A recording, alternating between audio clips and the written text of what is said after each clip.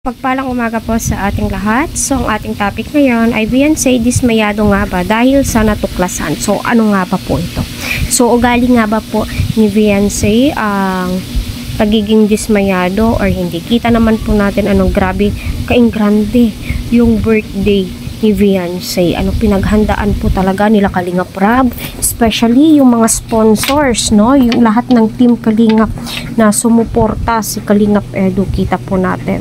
No, grabe yung views po ni Beyonce, tumatakinting sa 500,000. At yung iba is nasa 1.1 million na po, running to 1.2 million. So Beyonce ay syempre napakasayang po yung pera, no, na katiwala kay Miss Tintin na nalusday, nagamit.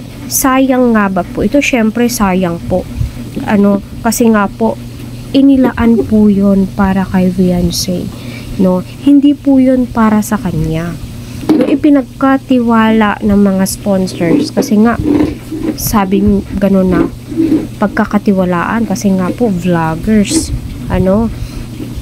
at makita naman po natin kung paano po sila mag-handle, no. Ngunit, no, ginastos, siguro nagkaka-emergency, pero hindi po yun dahilan, hindi mo po yun pera, pinagkatiwala lamang po sa'yo, pero sinira po yung tiwalang iyo.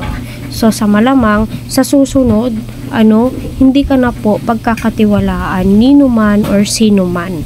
Kasi nga po yung ipinagkatiwala sa'yo na pera ay hindi mo nga nagampanan, hindi mo nga naisaayos, no, na ipagkaloob sa may-ari o no, sa pinaplanong money bookie para kay Beyonce.